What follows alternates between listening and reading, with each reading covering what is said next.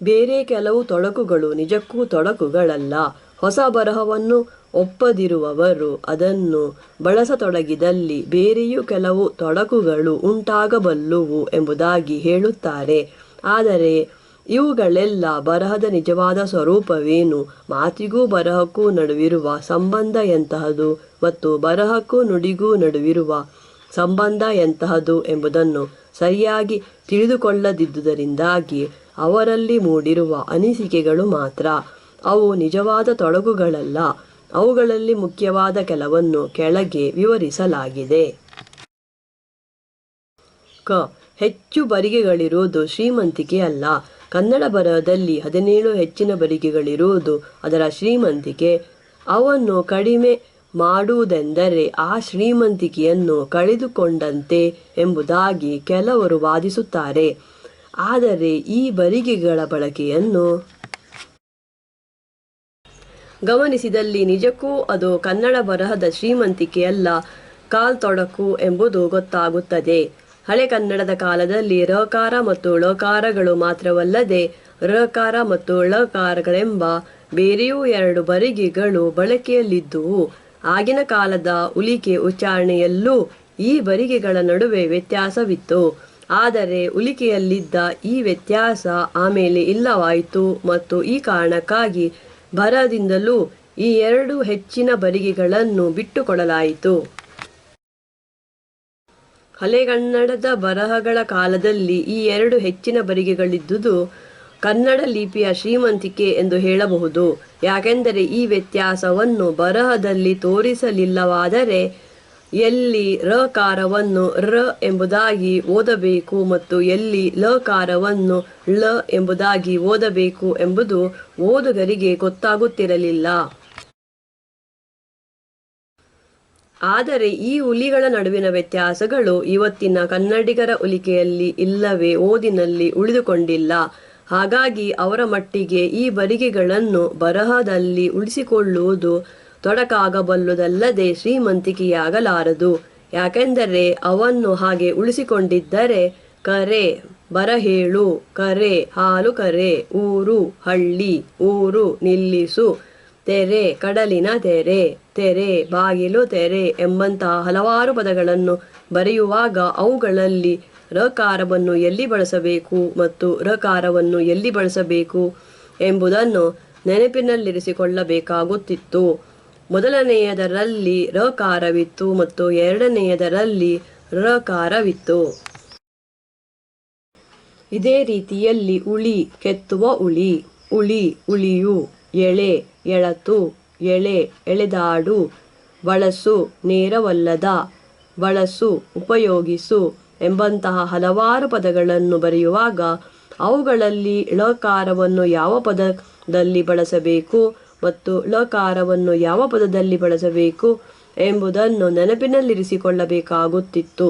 ಮೊದಲನೆಯದರಲ್ಲಿ ಳಕಾರವಿತ್ತು ಮತ್ತು ಎರಡನೆಯದರಲ್ಲಿ ಳಕಾರವಿತ್ತು. ಹೊಸಗನ್ನಡದ ಪಂಡಿತರು ಈ ಉಲಿಕೆಯಲ್ಲಿಲ್ಲದ, ಓದಿನಲ್ಲಿಲ್ಲದ ವ್ಯತ್ಯಾಸವನ್ನು ಬರಹದಲ್ಲಿ ಉಳಿಸಿಕೊಳ್ಳುವುದು ಬೇಡವೆಂದು ನಿರ್ಧರಿಸಿದುದರಿಂದಾಗಿಯೇ ಇವತ್ತು ಶಾಲೆಯಲ್ಲಿ ಕನ್ನಡ ಕಲಿಯುವ ಮಕ್ಕಳಿಗೆ ಮತ್ತು ಆಮೇಲೆ ಕನ್ನಡದಲ್ಲಿ ಬರೆಯುವ ದೊಡ್ಡವರಿಗೆ ಇಷ್ಟೆಲ್ಲ ಪದಗಳ ರೂಪಗಳನ್ನು ನೆನಪಿನಲ್ಲಿರಿಸಿಕೊಳ್ಳುವ ತಲೆನೋವಿಲ್ಲ. ಸಂಸ್ಕೃತದ ಎರವಲುಗಳಲ್ಲಿ ಬರುವ ಶಕಾರ, ಋಕಾರ, ಮಹಾಪ್ರಾಣ ಮೊದಲಾದವುಗಳ ಕಥೆಯು ಇಂತಹದೇ. ಅವು ಹೆಚ್ಚಿನ ಕನ್ನಡಿಗರ ಉಲಿಕೆಯಲ್ಲಿ ಇಲ್ಲವೇ ಓದಿನಲ್ಲಿ ಕಾಣಿಸುವುದಿಲ್ಲ. ಹಾಗಾಗಿ ಅವನ್ನು ಬರಹದಲ್ಲಿ ಬಳಸದಿರುವುದೇ ಕನ್ನಡಿಗರ ಮಟ್ಟಿಗೆ ಸರಿಯಾದ ಮತ್ತು ಸುಲಭವಾದ ದಾರಿ. ಹಾಗೆ ಮಾಡಿದಲ್ಲಿ ಈ ಎರವಲು ಪದಗಳನ್ನು ಉಲಿಯುವ ಹಾಗೆಯೇ ಬರೆಯುವ ಕಾರಣ ಇವತ್ತಿನ ಹಾಗೆ ಶ, ಋ, ಮಹಾಪ್ರಾಣ ಮೊದಲಾದ ಬರಿಗೆಗಳು ಮೂಲ ಸಂಸ್ಕೃತದ ಯಾವ ಪದಗಳಲ್ಲಿ ಬರುತ್ತವೆ ಮತ್ತು ಎಲ್ಲಿ ಬರುತ್ತವೆ ಎಂಬುದನ್ನು ನೆನಪಿನಲ್ಲಿರಿಸಿಕೊಳ್ಳಬೇಕಾಗುವುದಿಲ್ಲ. ಇದಕ್ಕೆ ಬದಲು ಈ ಎಲ್ಲ 17 ಬರಿಗೆಗಳು ನಮ್ಮ ಬರಹದ ಶ್ರೀಮಂತಿಕೆ ಎಂದು ಹೇಳಿಕೊಂಡು ಅವನ್ನು ಬರಹದಲ್ಲಿ ಉಳಿಸಿಕೊಂಡರೆ ಅವು ಬರುವ ಮತ್ತು ಬಾರದಿರುವ ಹಲವಾರು ಎರವಲು ಪದಗಳ ಮೂಲ ರೂಪವನ್ನು ನೆನಪಿನಲ್ಲಿರಿಸಿಕೊಳ್ಳುವ ತಲೆನೋವು ನಮ್ಮನ್ನು ಬಿಡುವುದಿಲ್ಲ. ಕನ್ನಡದಲ್ಲಿ ಎ ಮತ್ತು ಓ ಸ್ವರಗಳ ನಡುವೆ ಉಲಿಕೆಯಲ್ಲಿ ವ್ಯತ್ಯಾಸ ಇದೆ ಮತ್ತು ಅದನ್ನು ತೋರಿಸಿಕೊಡುವುದಕ್ಕಾಗಿ ಬರಿಗೆಗಳಲ್ಲೂ ವ್ಯತ್ಯಾಸ ಇದೆ. ಹಾಗಾಗಿ ಕನ್ನಡ ಬರಹದಲ್ಲಿ ಈ ಬರಿಗೆಗಳಿರುವುದು ಅದರ ಶ್ರೀಮಂತಿಕೆ ಎಂದು ಹೇಳಬಹುದು. ಆದರೆ ಸಂಸ್ಕೃತದ ದೇವನಾಗರಿ ಲಿಪಿಯಲ್ಲಿ ಈ ವ್ಯತ್ಯಾಸವನ್ನು ತೋರಿಸಿಕೊಡಬಲ್ಲ ಬರಿಗೆಗಳಿಲ್ಲ. ಹಾಗಿದ್ದರೆ ಇದು ಸಂಸ್ಕೃತ ಬಳಸುವ ದೇವನಾಗರಿ ಲಿಪಿಯ ಮತ್ತು ಸಂಸ್ಕೃತದ ಬಡತನವೆಂದು ಹೇಳಬಹುದೇ? ನಿಜಕ್ಕೂ ಸಂಸ್ಕೃತದ ಪದಗಳ ಓದಿನಲ್ಲಿ ಇಲ್ಲವೇ ಉಲಿಕೆಯಲ್ಲಿ ಎ ಮತ್ತು ಓಗಳ ನಡುವಿನ ವ್ಯತ್ಯಾಸಗಳು ಕಾಣಿಸಿಕೊಳ್ಳುವುದಿಲ್ಲ. ಹಾಗಾಗಿ ಸಂಸ್ಕೃತವನ್ನು ಬರಕಿಳಿಸಲು ಅಂತಹ ಬರಿಗೆಗಳು ಬೇಕಾಗುವುದಿಲ್ಲ. ಬೇಡದಿರುವ ಇಂತಹ ಬರಿಗೆಗಳು ಅದು ಬಳಸುವ ಬರಹದಲ್ಲಿವೆಯಾದರೆ ಅವು ಆ ಬರಹವನ್ನು ಕಲಿಯುವವರಿಗೆ ಮತ್ತು ಬಳಸುವವರಿಗೆ ತೊಡಕಾಗಬಲ್ಲವು. ಹಾಗಾಗಿ ಎ ಮತ್ತು ಓಗಳ ನಡುವಿನ ವ್ಯತ್ಯಾಸಗಳು ಸಂಸ್ಕೃತ ಬರಹದಲ್ಲಿಲ್ಲದಿರುವುದು ಆ ನುಡಿಯ ಮಟ್ಟಿಗೆ ಸರಿಯಾಗಿದೆ. ಅದು ಆ ಬರಹದ ಬಡತನವನ್ನೇನೂ ಸೂಚಿಸುವುದಿಲ್ಲ. ಈ ರೀತಿ ಒಂದು ನುಡಿಯ ಬರಹದಲ್ಲಿ ಆ ನುಡಿಯನ್ನು ಬರಕಿಳಿಸಲು ಬೇಕಾಗುವುದಕ್ಕಿಂತ ಹೆಚ್ಚು ಬರಿಗೆಗಳಿರುವುದು ಅದರ ಶ್ರೀಮಂತಿಕೆಯಲ್ಲವಾದ ಕಾರಣ ಅಂತಹ ಹೆಚ್ಚಿನ ಬರಿಗೆಗಳನ್ನು ಬಿಟ್ಟು ಕೊಡುವ ಮೂಲಕ ಆ ಬರಹವನ್ನು ಕಲಿಯುವ ಮತ್ತು ಬಳಸುವ ಕೆಲಸ ಸುಲಭವಾಗುವಂತೆ ಮಾಡುವುದೇ ಸರಿಯಾದ ದಾರಿ.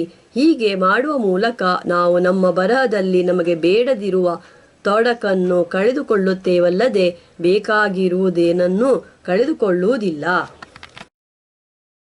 ಹಾಗಾಗಿ ಅಂತಹ ಮಾರ್ಪಾಡನ್ನು ನಡೆಸುವುದೆಂದರೆ ಕೆಳವರ್ಗದವರನ್ನು ಮೇಲೆತ್ತುವ ಬದಲು ಮೇಲ್ವರ್ಗದವರನ್ನು ಕೆಳಗಿಳಿಸಿದಂತೆ ಎಂಬುದಾಗಿ ಕೆಲವರು ವಾದಿಸುತ್ತಾರಲ್ಲ, ಅದು ಮಾತು ಮತ್ತು ಬರಹಗಳ ನಡುವಿನ ಗೊಂದಲದಿಂದುಂಟಾದ ತಪ್ಪು ಕಲ್ಪನೆಯಲ್ಲದೆ ಬೇರೇನಲ್ಲ. ಉಲಿ ಮತ್ತು ಬರಿಗೆಗಳ ಬಳಕೆಯಲ್ಲಿ ವ್ಯತ್ಯಾಸಗಳು. ಪದಗಳನ್ನು ಉಲಿಯುವಲ್ಲಿ ಎಷ್ಟು ಉಲಿಗಳನ್ನು ಬಳಸಲಾಗುತ್ತದೆ ಮತ್ತು ಯಾವ ಉಲಿಗಳನ್ನು ಬಳಸಲಾಗುತ್ತದೆ ಎಂಬ ವಿಷಯದಲ್ಲಿ ನುಡಿಗಳು ಒಂದರಿಂದೊಂದು ತೀರಾ ಬೇರಾಗಿರಬಲ್ಲುವು. ಮೇಲೆ ವಿವರಿಸಿದ ಹಾಗೆ ಕನ್ನಡದಲ್ಲಿ ಎ ಮತ್ತು ಓಗಳ ನಡುವೆ ವ್ಯತ್ಯಾಸವಿದೆ, ಆದರೆ ಸಂಸ್ಕೃತದಲ್ಲಿ ಇಲ್ಲ. ಸಂಸ್ಕೃತದಲ್ಲಿ ಮಹಾಪ್ರಾಣ ಅಲ್ಪಪ್ರಾಣಗಳ ನಡುವೆ ವ್ಯತ್ಯಾಸವಿದೆ, ಕನ್ನಡದಲ್ಲಿ ಇಲ್ಲ. ಕನ್ನಡದ ಉಲಿಗಳನ್ನು ಬರೆಯಲು ಒಟ್ಟು 31 ಬರಿಗೆಗಳಿದ್ದರೆ ಸಾಕಾಗುತ್ತದೆ. ಆದರೆ ಬೋತ್ಸ್ವಾನಾ, ಆಫ್ರಿಕಾದ ಕೆಲವು ನುಡಿಗಳ ಉಲಿಗಳನ್ನು ಬರೆಯಲು 100ಕ್ಕಿಂತಲೂ ಹೆಚ್ಚು ಬರಿಗೆಗಳು ಇಲ್ಲವೇ ಬರಿಗೆ ಕಂತೆಗಳು ಬೇಕಾಗುತ್ತವೆ. ಇದಕ್ಕೆ ಬದಲು ಪಾಪುವಾ ನ್ಯೂಗಿನಿಯ ರೋತೋಕಸ್ ಎಂಬ ನುಡಿಯನ್ನು ಬರೆಯಲು ಬರೇ 12 ಬರಿಗೆಗಳು, 7 ಮುಚ್ಚುಲಿ ಬರಿಗೆಗಳು ಮತ್ತು 5 ತೆರೆಯುಲಿ ಬರಿಗೆಗಳು ಸಾಕಾಗುತ್ತವೆ. ಜಗತ್ತಿನ ನುಡಿಗಳಲ್ಲಿ ಬಳಕೆಯಾಗುವ ಎಲ್ಲ ಉಲಿಗಳನ್ನು ಬರೆಯಬೇಕಿದ್ದಲ್ಲಿ 106 ಬರಿಗೆಗಳನ್ನು, ಬರಿಗೆ ಕಂತೆಗಳನ್ನು ಮತ್ತು ಬರಿಗೆ ಗುರುತುಗಳನ್ನು ಬಳಸಬೇಕಾಗುತ್ತದೆ. ಇದಕ್ಕಾಗಿ ಉಲಿಯರಿಗರು, ಧ್ವನಿ ವಿಜ್ಞಾನಿಗಳು ಹಲವಾರು ಬರಿಗೆಗಳನ್ನು ಮತ್ತು ಬರಿಗೆ ಗುರುತುಗಳನ್ನು ಉಂಟು ಮಾಡಿಕೊಂಡಿದ್ದಾರೆ. ಯಾಕೆಂದರೆ ಯಾವ ಒಂದು ನುಡಿಯ ಬರಿಗೆಗಳು ಈ ಕೆಲಸಕ್ಕೆ ಸಾಕಾಗಲಾರವು. ಹಾಗಾಗಿ ಯಾವುದೇ ಒಂದು ನುಡಿಯಲ್ಲೂ ಬೇಕಾದುದಕ್ಕಿಂತ ಹೆಚ್ಚು ಬರಿಗೆಗಳಿದ್ದಲ್ಲಿ ಅವುಗಳ ನೆರವಿನಿಂದ ಬೇರೆ ನುಡಿಗಳ ಪದಗಳನ್ನು ಆ ನುಡಿಗಳಲ್ಲಿರುವಂತೆಯೇ ಬರೆಯಬಹುದು ಎಂಬುದು ಪೊಳ್ಳುವಾದ. ನಿಜಕ್ಕೂ ಕನ್ನಡದಲ್ಲಿ ಹೆಚ್ಚಿಗಿರುವ ಬರಿಗೆಗಳ ನೆರವಿನಿಂದ ಸಂಸ್ಕೃತದ ಪದಗಳನ್ನು ಮಾತ್ರ, ಅದರಲ್ಲೂ ಒಂದೆರಡು ಉಲಿಗಳನ್ನು ಹೊರತುಪಡಿಸಿ ಅದರಲ್ಲಿರುವ ಹಾಗೆಯೇ ಬರೆಯಲು ಬರುತ್ತದಲ್ಲದೆ ಬೇರೆ ನುಡಿಗಳ ಪದಗಳನ್ನೆಲ್ಲ ಆ ರೀತಿ ಬರೆಯಲು ಸಾಧ್ಯವಾಗದು. ಇದಲ್ಲದೆ ಕನ್ನಡದ್ದೇ ಆದ ಒಳನುಡಿಗಳ ಉಲಿಗಳನ್ನು ಬರೆಯುವಲ್ಲೂ ಈ ಹೆಚ್ಚಿನ ಬರಿಗೆಗಳು ನೆರವಾಗಲಾರವು. ಎತ್ತುಗೆಗಾಗಿ ಗುಲ್ಬರ್ಗಾ ಕನ್ನಡದಲ್ಲಿ ಬರುವ 2 ಬಗೆಯ ಅಕಾರಗಳನ್ನು ಬರೆಯಲು ಕನ್ನಡದಲ್ಲಿ ಬರಿಗೆಗಳಿಲ್ಲ. ಸುಳ್ಯದ ಗೌಡ ಕನ್ನಡದಲ್ಲಿ ಬರುವ 2 ಬಗೆಯ ಉಕಾರಗಳನ್ನು ಬರೆಯಲು ಅದರಲ್ಲಿ ಬರಿಗೆಗಳಿಲ್ಲ. ಇಂಗ್ಲಿಷ್, ಹಿಂದಿ ಮೊದಲಾದ ಬೇರೆ ಕೆಲವು ನುಡಿಗಳಿಂದ ಎರವಲಾಗಿ ಪಡೆದ ಪದಗಳನ್ನು ಬರೆಯಲು ಫಕಾರ, ಝಕಾರಗಳಂತಹ ಕೆಲವು ಹೆಚ್ಚಿನ ಬರಿಗೆಗಳನ್ನು ಉಂಟು ಮಾಡಿಕೊಳ್ಳಬೇಕಾಗಿದೆ ಎಂಬುದನ್ನು ಇಲ್ಲಿ ಗಮನಿಸಬಹುದು. ಇವನ್ನು ಕೆಲವರು ಬೇರೆಯಾಗಿ ಓದುತ್ತಾರೆ ಮತ್ತು ಅದಕ್ಕಾಗಿ ಅವನ್ನು ಬೇರೆಯಾಗಿ ಗುರುತಿಸಲು ಹೆಚ್ಚಿನ ಬರಿಗೆಗಳನ್ನು ಬಳಸಿಕೊಳ್ಳುತ್ತಿದ್ದಾರೆ. ಬೇಡದಿರುವ ಬರಿಗೆಗಳನ್ನು ತೆಗೆದುಹಾಕಿದ ಕೆಲವು ನುಡಿಗಳು ತಮ್ಮ ನುಡಿಯ ಪದಗಳನ್ನು ಬರೆಯುವುದಕ್ಕೆ ಬೇಡದಿದ್ದರೂ ಎರವಲು ಪದಗಳನ್ನು ಬರೆಯುವುದಕ್ಕಾಗಿ ಕೆಲವು ಹೆಚ್ಚಿನ ಬರಿಗೆಗಳನ್ನು ಬಳಸುತ್ತಿದ್ದ ಹಲವು ನುಡಿಗಳು ಇತ್ತೀಚೆಗೆ ತಮಗೆ ನಿಜಕ್ಕೂ ಅವಶ್ಯವಿಲ್ಲದ ಈ ಬರಿಗೆಗಳನ್ನು ಬಿಟ್ಟುಕೊಡುತ್ತಿವೆ ಇಲ್ಲವೇ ಕಡಿಮೆ ಮಾಡುತ್ತಿವೆ. ಈ ಮಾರ್ಪಾಡುಗಳು ಕನ್ನಡ ಬರಹದಲ್ಲಿ ಇವತ್ತು ನಡೆಸಬೇಕಾಗಿರುವ ಮಾರ್ಪಾಡನ್ನು ಹೋಲುತ್ತದೆ ಎಂಬುದನ್ನು ಇಲ್ಲಿ ಗಮನಿಸಬಹುದು. ಕೊರಿಯನ್, ಜಾಪನೀಸ್ ಮತ್ತು ವಿಯೆಟ್ನಾಮೀಸ್ ನುಡಿಗಳಲ್ಲಿ ಚೈನೀಸ್ ನುಡಿಯಿಂದ ಎರವಲು ಪಡೆದ ಪದಗಳು ಹಲವಿವೆ. ಇವನ್ನು ಬರೆಯಲು ಚೈನೀಸ್ ಬರಿಗೆಗಳಲ್ಲಿ ಕೆಲವು ಮಾರ್ಪಾಡುಗಳನ್ನು ಮಾಡಿರುವ ಅವುಗಳದೇ ಆದ ಬರಿಗೆಗಳನ್ನು ಬಳಸಲಾಗುತ್ತಿತ್ತು. ಆದರೆ ಇದರಿಂದಾಗಿ ಈ ಬರಹಗಳನ್ನು ಕಲಿಯುವ ಮತ್ತು ಬಳಸುವ ಕೆಲಸ ತುಂಬ ತೊಡಕಿನದಾಗಿತ್ತು. ಎತ್ತುಗೆಗಾಗಿ ಕೊರಿಯನ್ ನುಡಿಯ ಬರಹದಲ್ಲಿ ಅದರದೇ ಆದ ಪದಗಳನ್ನು ಬರೆಯಲು ಹಂಗುಲ್ ಎಂಬ ಲಿಪಿಯನ್ನು ಬಳಸಲಾಗುತ್ತದೆ. ಇದರಲ್ಲಿ ಪದಗಳನ್ನು ಉಲಿಯುವ ಹಾಗೆಯೇ ಬರೆಯುವ ಕಾರಣ ಇದನ್ನು ದೊಡ್ಡವರು ಒಂದೇ ದಿನದಲ್ಲಿ ಓದಲು ಕಲಿಯಬಲ್ಲರು. ಮಕ್ಕಳಿಗೂ ಇದನ್ನು ಕಲಿಯಲು ಹೆಚ್ಚು ಕಷ್ಟವಾಗುವುದಿಲ್ಲ.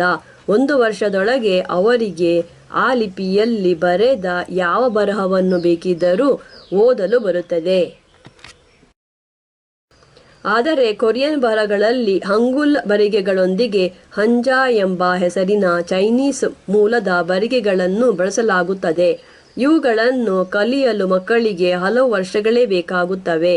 ಈ ಎರಡನೇ ಬಗೆಯ ಬರಿಗೆಗಳಿಂದಾಗುವ ತೊಂದರೆಯನ್ನು ಇಲ್ಲವಾಗಿಸಲು ಉತ್ತರ ಕೊರಿಯನ್ ಬರಹದಲ್ಲಿ ಚೈನೀಸ್ ಎರವಲುಗಳನ್ನು ಹಂಗುಲ್ನಲ್ಲೇ, ಎಂದರೆ ಅವನ್ನು ಓದುವ ಮತ್ತು ಉಲಿಯುವ ಹಾಗೆಯೇ ಬರೆಯುವ ಮತ್ತು ಅದಕ್ಕಾಗಿ ಹಂಜಾ ಬರಿಗೆಗಳನ್ನು ಬಳಸದಿರುವ ತೀರ್ಮಾನವನ್ನು 1949ರಲ್ಲಿ ಮಾಡಲಾಗಿತ್ತು.